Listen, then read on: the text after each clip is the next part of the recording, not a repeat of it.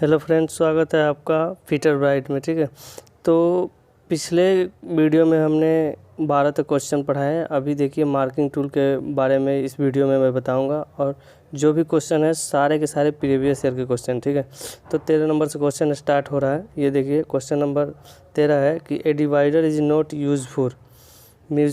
ठीक है, तो ये देखिए यूपी और वीएनएल टेक्नीशियन ग्रेड 2 फीटर 2015 में पूछा है क्वेश्चन है।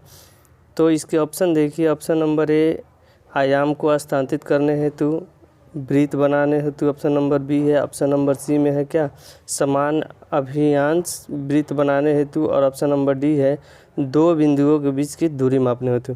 तो डिवाइडर का प्रयोग हम कहाँ करते हैं? डिवाइडर का प्रयोग वृत्त बनाने के लिए करते हैं और दो बिंदुओं के बीच की दूरी नापने के लिए करते हैं। ठीक है, तो ऑप्शन नंबर ए इसका सही आंसर है। आयाम में स्थानांतरित करने के लिए जो है डिवाइडर का प्रयोग नहीं किया जाता है। ठीक है, तो अगला क्वेश्चन देखिए, किस कटिंग मशीन में मोटर की घूर्णन की गति को एक क्रैंक प्रणाली द्वारा रैखिक गति में बदला जाता है?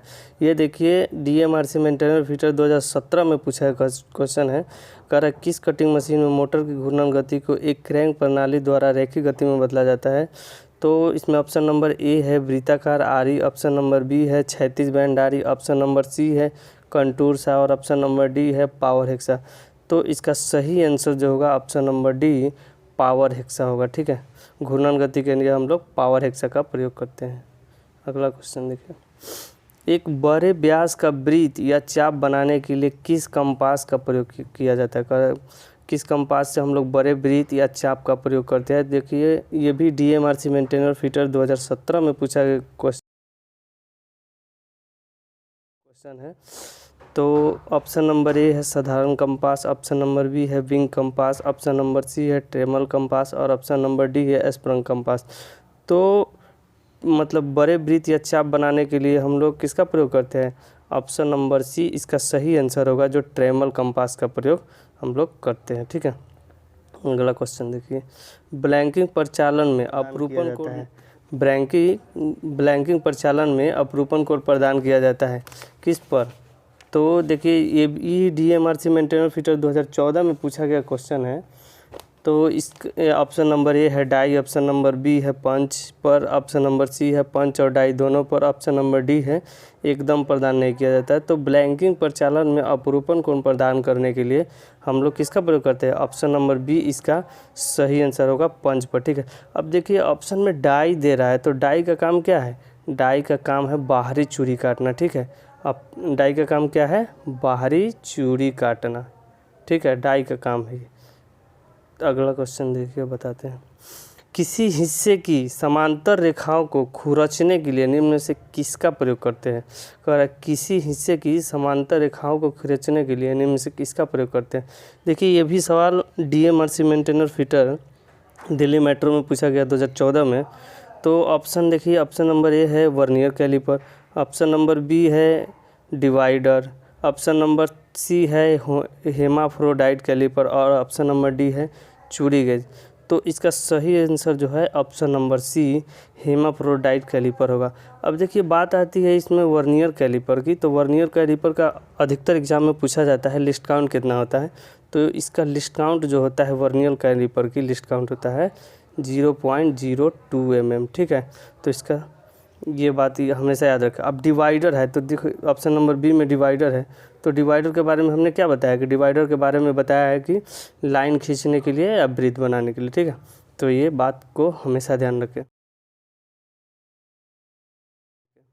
अब देखिए अगला सवाल है कि सीधी रेखा लाइन या वक्राकार को बराबर भागों में विभाजित करने के लिए निम्न में से उचित उपकरण कौन सा है? ये देखिए यूपी और वीएनएल TG2 फीटर 2016 में पूछा गया क्वेश्चन है। यानी जो भी क्वेश्चन होगा सारे के सारे प्रीवियस ईयर होंगे। ठीक है, तो ऑप्शन नंबर ए में देखिए डिवाइडर है, ऑप्शन नंबर बी में प्रोटेक्टर है, ऑप्शन नंबर सी में ट्राई स्क्वायर है, और ऑप्शन नंबर डी में टेम्पलेट है। तो सीधी रेखा मतलब लाइन वक्राकार या बराबर भागों में बांटने के लिए हम लोग किसका प्रयोग करेंगे? तो हम लोग डिवाइडर का प्रयोग करेंगे। किसका? डिवाइडर का। और डिवाइडर ये भी सवाल पूछा था, डिवाइडर किस मेटल का बना होता है? तो डिवाइडर जो है माइंड स्टील का बना होता है। ठीक है, अब देखिए इसमें ऑप्शन में देखिए ट्राई स्क्वायर है। ठीक है, तो ट्राई स्क्वायर का प्रयोग हम लोग कहाँ करते हैं? तो ट्राई स्क्वायर का हम लोग प्रयोग जो करते हैं, ट्राई स्क्वायर का फ्लैटनेस चेक करते हैं। क्या? फ्लैटनेस, जो 90 डिग्री और 45 डिग्री का एंगल चेक किया जाता है, ठीक है, ट्राई स्क्वायर से। इन बातों को ध्यान रखें। अब ऑप्शन नंबर बी में है प्रोटेक्टर। तो प्रोटेक्टर का काम क्या होता है? तो प्रोटेक्टर का काम होता है कोण मापने में। क्या? कोण मापने में प्रोटेक्टर का प्रयोग किया जाता है, ठीक है। तो इन बातों को आप ध्यान रखें। अगला क्वेश्चन है, देखिए, scriber is made up of, मतलब खुरचने का औजार किससे बना होता है? देखिए, स्क्राइबर का हिंदी होता है क्या? खुरचनी। ये तो पूछ रहा है कि ये किस मेटल का बना होता है। तो ये भी देखिए यूपी और वीएनएल टेक्नीशियन ग्रेड 2 फिटर 2015 में पूछा है क्वेश्चन है। तो इसका ऑप्शन मैं दिखा रहा हूँ आपको। देखिए, ऑप्शन नंबर ए है high carbon steel, option number B है mild steel, option number C है stainless steel, option number D है कास्ट आयरन। तो इसका सही आंसर जो होगा option number A, high carbon steel से बनाया जाता है क्या? स्क्राइबर, ठीक है। अब देखिए यहाँ ऑप्शन नंबर डी में कास्ट आयरन दिया हुआ है। तो कास्ट आयरन का प्रयोग कहाँ करेंगे? कास्ट आयरन का प्रयोग हम लोग क्या करते हैं? मशीन का बेड बनाने के लिए। क्या करेंगे? मशीन का बेड बनाने के लिए जो है हम लोग कास्ट आयरन का प्रयोग करते हैं। अब अगला सवाल देखें, प्रीक पंच का प्रयोग किया जाता है। ये देखिए, ये भी सवाल यूपी और वीएनएल टेक्नीशियन ग्रेड फिटर में 2015 में पूछा गया है क्वेश्चन है। तो प्रीक पंच का प्रयोग हम लोग कहाँ करेंगे? तो ऑप्शन नंबर ए है चिन्ह को बड़ा करने हेतु, ऑप्शन नंबर बी है छोटे चिन्ह बनाने हेतु, ऑप्शन नंबर सी है विथ सेंटर पंच, मतलब केंद्र पंच के साथ, ऑप्शन नंबर डी है मशीनिंग कार्य हेतु। तो देखिए हम लोग फ्रेंड्स प्रीक पंच का प्रयोग जो है ना छोटे चिन्ह बनाने के लिए करते हैं। तो इसका option number B correct answer होगा। क्या? ऑप्शन नंबर छोटे चिन्ह बनाने के लिए प्रीक पंच। अब देखिए प्रीक पंच से पूछा गया है तो प्रीक पंच का एंगल पूछता है कि कितना होता है। तो प्रीक पंच का एंगल होता है 30 डिग्री। ये आपको हमेशा याद रखना है, ठीक है। अब कभी कभी जो है डॉट पंच के बारे में पूछ देता है। तो डॉट पंच का एंगल कितना होता है? डॉट पंच का एंगल होता है 60 डिग्री। और एक होता है सेंटर पंच। तो सेंटर पंच का एंगल जो होता है वो होता है 90 डिग्री। अगर याद ना रहे तो सेंटर मतलब क्या? सीधा, और सीधा मतलब क्या? 90 डिग्री। तो ये बात आपको हमेशा ध्यान रखना है। अब अगला सवाल देखिए, मोर्टाइज गेज को वर्गीकृत किया जाता है। ये भी देखिए सवाल यूपी और वीएनएल टेक्नीशियन ग्रेड फिटर 2015 में पूछा गया क्वेश्चन है। तो मोर्टाइज गेज का वर्गीकृत कहाँ किया जाता है? तो ऑप्शन नंबर ए है प्लानिंग टूल में, option number B marking tool में, ऑप्शन नंबर सी है बोरिंग टूल में, ऑप्शन नंबर डी है स्टिकिंग टूल में। तो इसका सही आंसर जो होगा ऑप्शन नंबर बी कि मार्किंग टूल में हम मोर्टाइज गेज का प्रयोग करते हैं, ठीक है। अब अगला क्वेश्चन देखिए, क्वेश्चन कह रहा है कि सेंटर पंच पॉइंट है जे एंगल यूजली इन डिग्रीज, मतलब केंद्र पंच की नोक का कोण सामान्यतः होता है। मतलब सेंटर पंच का एंगल, क्वेश्चन थोड़ा घुमा रहा है, उससे कोई मतलब नहीं। तो सेंटर पंच का एंगल के बारे में बता रहा है, ठीक है। ये भी देखिए यूपी और वीएनएल टेक्नीशियन ग्रेड फिटर में पूछा गया क्वेश्चन है 2015 में। तो अभी मैंने आपको बताया कि सेंटर पंच का एंगल कितना होता है। तो सेंटर पंच का एंगल होता है कितना? 90 डिग्री, ठीक है। तो देखिए ऑप्शन नंबर ए में है 30 या 120, तो ये होगा नहीं। ऑप्शन नंबर बी में है 15 या 75, ये भी नहीं होगा। ऑप्शन नंबर सी 60 या 90। तो इसका सही आंसर जो होगा ऑप्शन नंबर सी होगा 60 या 90। ऑप्शन नंबर डी में है 30-45, तो होगा नहीं, क्योंकि मैंने बताया है आपको 90 डिग्री, ठीक है। तो ऑप्शन टू अकॉर्डिंग, मतलब ऑप्शन के अनुसार चलना है।